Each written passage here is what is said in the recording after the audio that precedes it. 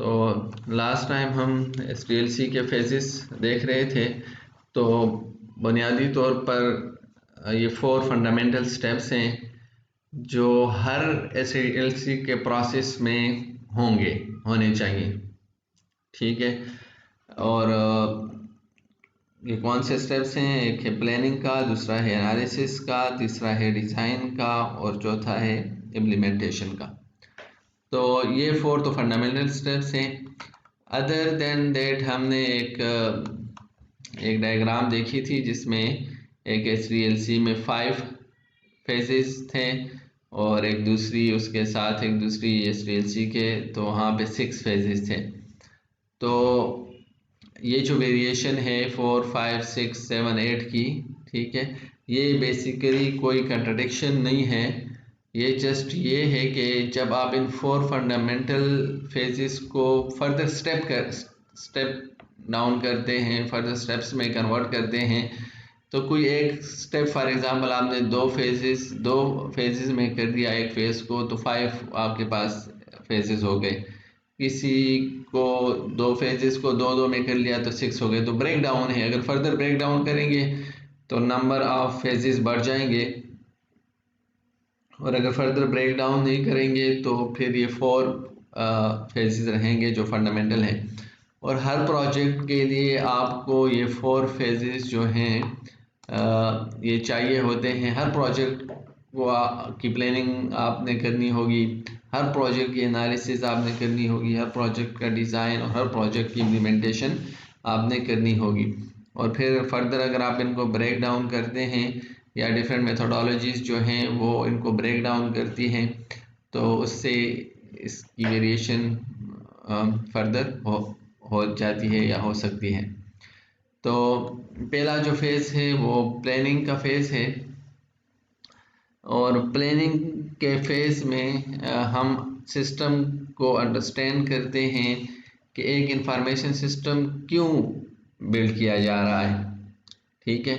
और जो दूसरी बात है कि कैसे प्रोजेक्ट टीम उस पर ये चीज़ प्लान करना कि कैसे प्रोजेक्ट टीम उस पर काम करेगी, और ये जो इंफॉर्मेशन सिस्टम है बनाने की रीज़न क्या है। देखें, जब सॉफ्टवेयर सिस्टम नहीं भी होते तो फिर भी सिस्टम काम कर रहे होते हैं, या मीन्स आज से पहले की दुनिया में सॉफ्टवेयर नहीं था तो फिर भी सिस्टम था।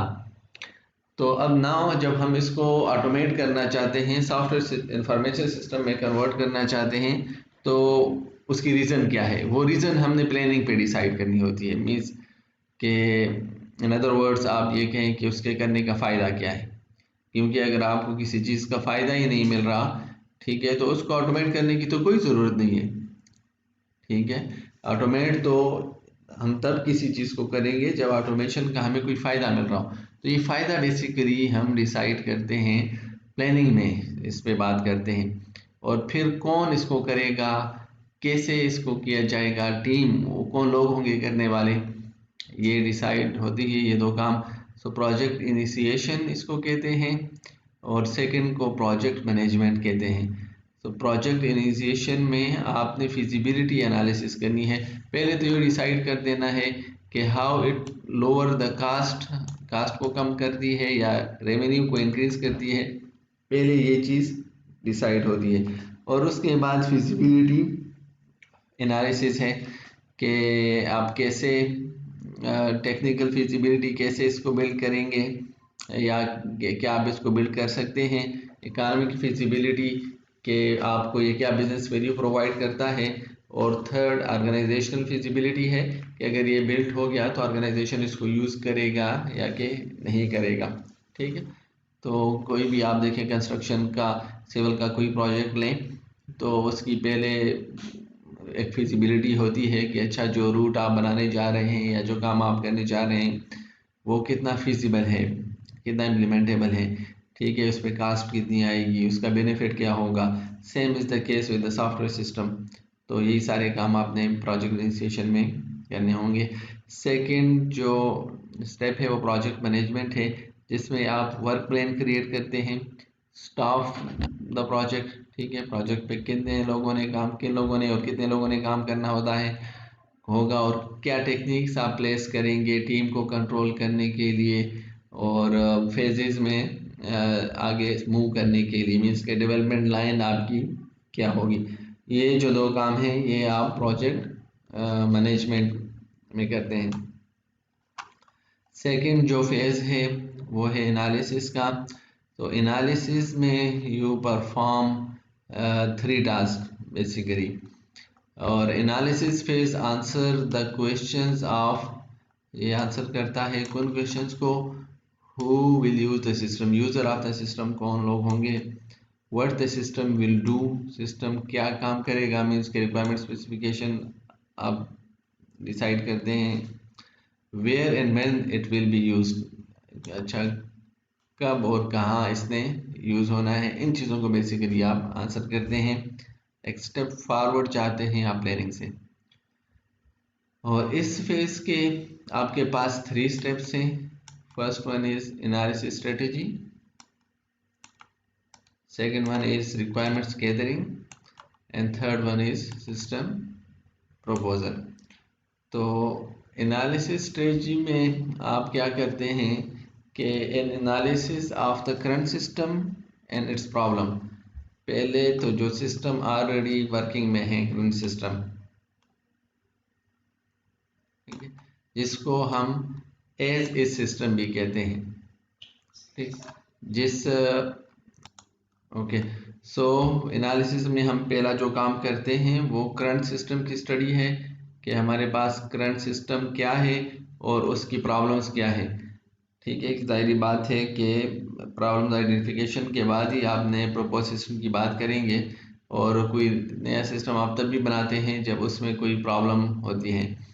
Then ways to design a new system और means called to be system, कि न्यू सिस्टम कैसे हम मीन्स कि उसमें क्या होगा, ये चीज़ आप फिर डिसाइड करते हैं। उसके बाद आप रिक्वायरमेंट्स गैदरिंग करते हैं, और रिक्वायरमेंट्स गैदरिंग के लिए you perform different techniques just like interviews, questionnaires वगैरह। ठीक, तो you get actual requirements from the client, या जितने भी आपके पास स्टेक होल्डर्स हैं उनसे रिक्वायरमेंट्स गैदर करते हैं। थर्ड जो स्टेप है कि गैदर जो रिक्वायरमेंट होती हैं उनको उनसे आप एक सिस्टम प्रपोजल बनाते हैं, जो आप फिर प्रेजेंट करते हैं प्रोजेक्ट स्पॉन्सर्स और अदर की decision makers, for example member of approval committee. They decide whether the project should continue to move forward. Means के जो क्लाइंट है आपका या जो प्रोजेक्ट स्पॉन्सर्स हैं उनके सामने अपना प्रपोजल रखते हैं, जिसमें ये सारी बातें होती हैं कि आपका पुराना सिस्टम क्या है और आपका नया सिस्टम कैसे होगा, कितना इस पर टाइम लगेगा, क्या इस पर कास्ट आएगी, वो सारी बातें आप सिस्टम प्रपोजल में प्रेजेंट करते हैं और डिस्कस करते हैं, और फिर उसको या अप्रूव किया जाता है या डिसअप्रूव किया जाता है। So this is done in the analysis phase. Third step पे हमारे पास डिज़ाइन है। तो प्लानिंग में हमारे पास 2 स्टेप्स हैं, एनालिसिस में हमारे पास 3 स्टेप्स हैं, और डिज़ाइन में हमारे पास 4 स्टेप्स हैं। ठीक, और वो 4 स्टेप हैं, पहले design strategy, second one is architecture design, third one is second is architecture design, third is database and file specification, and fourth one is program design। ये 4 स्टेप्स हैं डिज़ाइन फेज के। और डिज़ाइन स्ट्रेटेजी में क्या होता है, ये तो पहली बात ये है कि it must be developed, this clarifies whether the system will be developed by the company own programmer, whether it will be outsourced to another firm, usually in custom। तो आपने ये डिसाइड करना है कि सिस्टम इन हाउस बनेगा या आप किसी को किसी अदर फर्म्स को देंगे, आउटसोर्स करेंगे। जिस तरह कि फॉर एग्जांपल काम सेट है, तो काम सेट ने जो ऑनलाइन सिस्टम बनाया है ये इन हाउस डेवलपमेंट है। ठीक है, तो ऐसे भी हो सकता है कि इन हाउस डेवलपमेंट हो या आप उसको आउटसोर्स करें। This leads to the development of basic architecture design for the system. They describe the hardware, software and network infrastructure that will be used. इस डिज़ाइन स्ट्रेटजीज के बाद आप आर्किटेक्चर को डिज़ाइन करते हैं जो बताता है कि इसके कौन कौन से कंपोनेंट होंगे, उनके दरमियान कैसे इंटरेक्शन होगी एंड आर्किटेक्चर आपका अंडरलाइन आर्किटेक्चर कैसे होगा।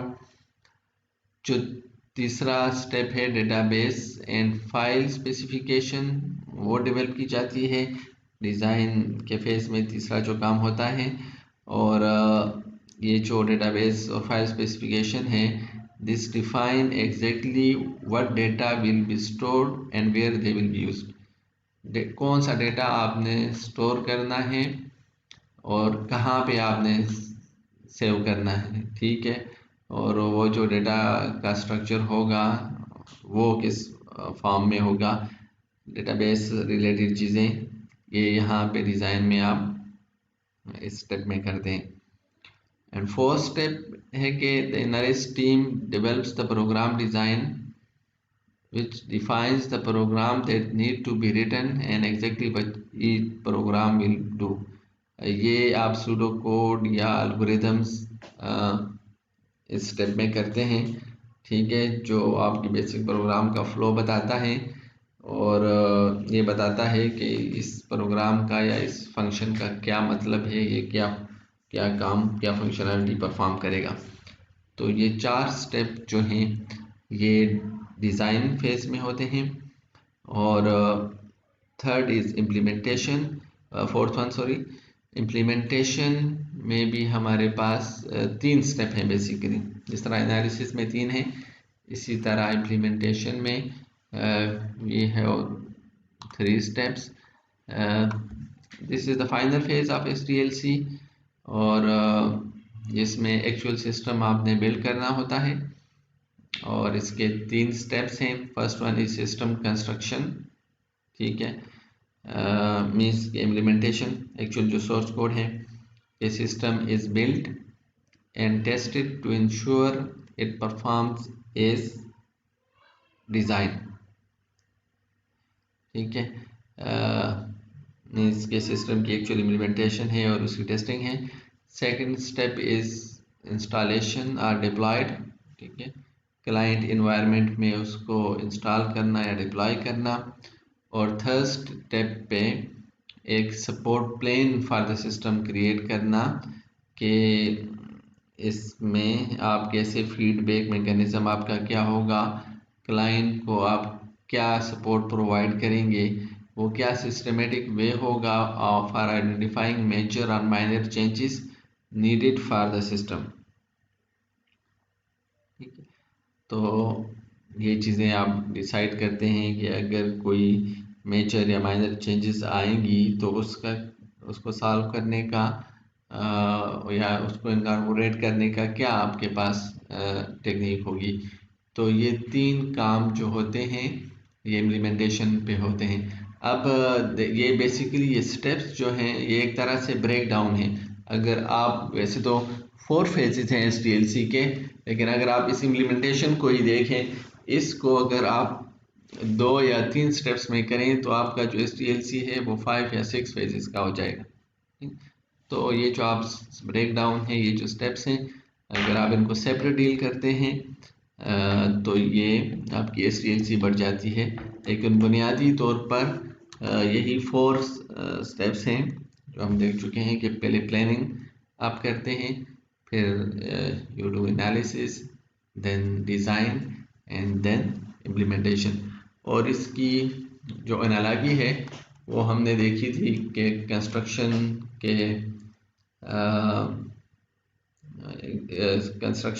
बिल्डिंग एंड कंस्ट्रक्शन के केस में कि अगर आप कोई घर बनाते हैं तो पहले आपके पास एक प्लानिंग करते हैं, आपके पास एक बेसिक आइडिया होता है उस घर का, ठीक है। सेकंड स्टेप पे आप वो जो बेसिक आपकी प्लानिंग है कि इस किस्म का घर बनाना है उसको आप ट्रांसफॉर्म कर देते हैं मैप्स में, सिंपल ड्राइंग्स में। और थर्ड स्टेप पे फिर वो जो मैप है आप उसको फर्दर रिफाइन करते हैं, उसको फर्दर डिटेल्ड करते हैं, ठीक है, एग्जैक्टली बताते हैं कि स्विचेस कहाँ पे लगेंगे और जो भी वाटर फेसट्स कहाँ पे लगेंगे, टेलीफोन कहाँ पे पड़ा हो, डोर्स की क्या एग्जैक्ट लोकेशन होगी, ये फर्दर डिटेल्स करते हैं। ये हमारे सॉफ्टवेयर के केस में डिज़ाइन स्टेप पे होता है।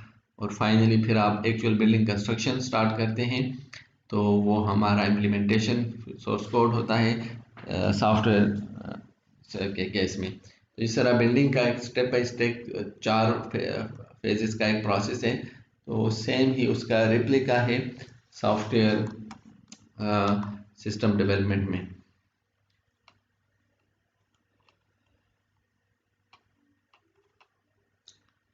ओके, ये जो हमारे पास फेजेस हैं SDLC के, तो हर फेज पे हमारे पास कुछ टूल सपोर्ट भी अवेलेबल है जो कि हमारा काम बहुत आसान कर देती है, ठीक है। और जिस फेज पे जितना ज़्यादा टूल सपोर्ट अवेलेबल होगा उतने ही ज़्यादा सॉफ्टवेयर इंजीनियर का काम आसान होगा। तो हमारे पास जो प्लानिंग फेज है, जिस तरह अभी 4 हमारे पास फेजेस हैं, तो प्लानिंग फेज पे हमारे पास जो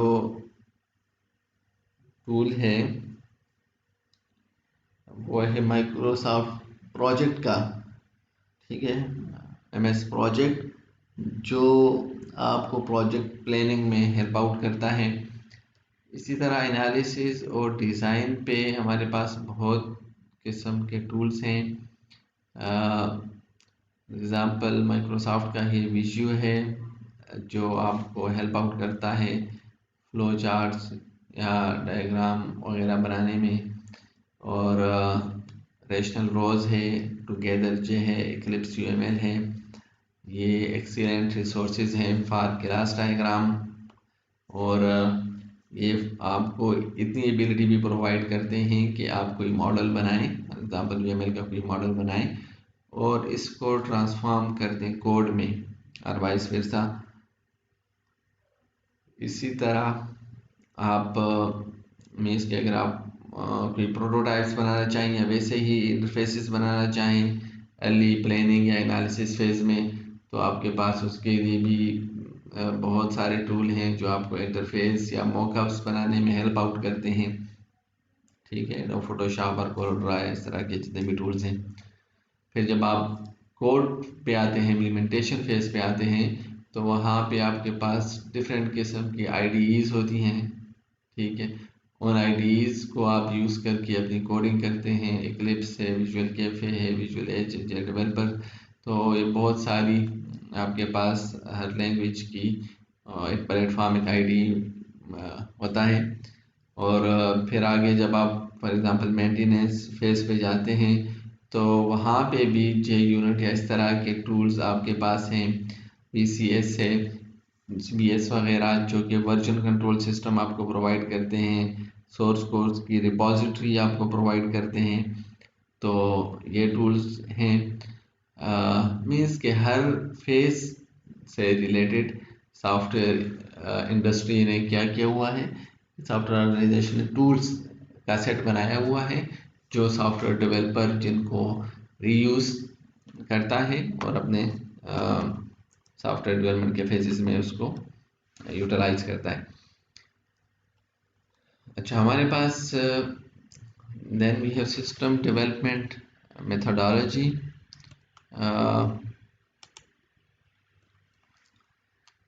ये जो SDLC है, इसको जब हम रिफाइन करते हैं, ठीक है, तो फर्दर मीन्स के ब्रेक डाउन करते हैं, और तो हमारे पास डिफरेंट मेथोडोलॉजीज उससे जनरेट होती हैं, ठीक है। और हर एक मेथोडोलॉजी का फिर अपना एक विजन होता है, किसी ख़ास रीज़न की वजह से वो मेथोडोलॉजी बनाई जाती है। तो मीन्स के मेथोडोलॉजी एक फार्मलाइज्ड अप्रोच है इम्प्लीमेंटिंग द SDLC, ठीक। SDLC ने तो बता दी है ना कि 4 फंडामेंटल स्टेप्स हैं। अब इनको कैसे आप फार्मली इम्प्लीमेंट करते हैं, इस चीज़ का नाम मेथोडोलॉजी है। और ये जो मेथोडोलॉजी है होती है इसमें ये कंसिस्ट करती है लिस्ट ऑफ स्टेप्स पे और डिलीवरेबल्स पे। ठीक है, कुछ स्टेप्स आपके पास होंगे और कुछ आपके पास डिलीवरेबल्स होंगी। सो आपके पास डिफरेंट सिस्टम डेवलपमेंट मेथोडोलॉजीज होती हैं और हर एक जो है वो यूनिक है based on the order and focus it places on each SDLC। ठीक, तो हर मेथोडोलॉजी, कुछ मेथोडोलॉजी ऐसी होती हैं जो हर फेज़ को इक्वल इम्पोर्टेंस देती हैं। ठीक है, कुछ मेथोडोलॉजीज ऐसी होती हैं जो किसी ख़ास फेज़ को ज़्यादा इम्पोर्टेंस देती हैं। सो इसकी वजह से डिफरेंट मेथोडोलॉजी हमारे पास डिफरेंट फॉर्म में होती है। और मेथोडोलॉजी को एक और तरीके से भी क्लासीफाई किया गया है, that is process centre, data centre और object centre approach. Process centre methodology है वो फोकस करती हैं, एम्फेसिस करती हैं on the process which is the core of the system concept. Means कि आपके सिस्टम में कौन कौन से प्रोसेसेस हैं इस पे फोकस करती हैं। प्रोसेस को आइडेंटिफाई करती हैं, उनको रिकॉर्ड करती हैं, आपके सिस्टम की प्लानिंग, एनालिसिस, डिज़ाइन, इम्प्लीमेंटेशन सारा प्रोसेस बेस्ड होता है। दूसरी किस्म की जो मेथोडोलॉजी हो सकती है वो डेटा सेंट्रिक होती है, जिसपे एम्फेसिस आपके डेटा पे हो। ठीक है, कि डेटा कौन सा है आपका, उसकी इम्पोर्टेंस क्या है, कैसे आपने उसको स्ट्रक्चर करना है, कैसे आपने उसको स्टोर करना है। सारी जो बातें हैं वो डेटा सेंट्रिक हैं। और तीसरी जो अप्रोच है वो ऑब्जेक्ट ओरिएंटेड है, जिसने बेसिकली ये प्रोसेस और डेटा दोनों को कंबाइन किया होता है। ठीक है, ये जो दोनों की कम्बिनेशन का नाम ऑब्जेक्ट ओरिएंटेड है और ये बैलेंस करती है between processes and data bye incorporating both into one model. ठीक है, तो ऑब्जेक्ट ओरिएंटेड का आइडिया ये है कि ये डेटा और प्रोसेसेस आपस में रिलेटेड होते हैं, तो जिस ऑब्जेक्ट के साथ जो डेटा और जो प्रोसेस रिलेटेड हैं वो उस ऑब्जेक्ट में उस ऑब्जेक्ट को बिलोंग करते हैं। फॉर एग्जाम्पल, स्टूडेंट के कुछ अपने प्रोसेसेस और अपना डेटा होता है, टीचर के अपने प्रोसेसेस, अपना डेटा। इस तरह जितने भी कंसेप्ट हैं, जितने भी ऑब्जेक्ट्स हैं, हर एक का अपना डेटा है और अपने उसके प्रोसेसेस हैं। तो जब इस बेस पे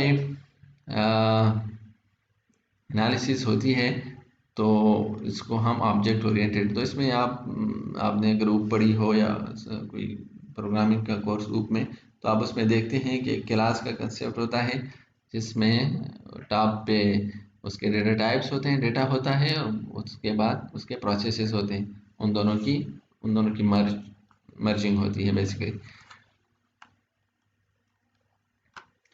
अच्छा, ये चीज़ आप ये जो SDLC का लेक्चर है ये आप book system analysis and design with UML में इसको फर्दर डिटेल में भी आप लोग देख सकते हैं। ठीक है जी, so that was today's lecture. Now if you have any question, you are welcome.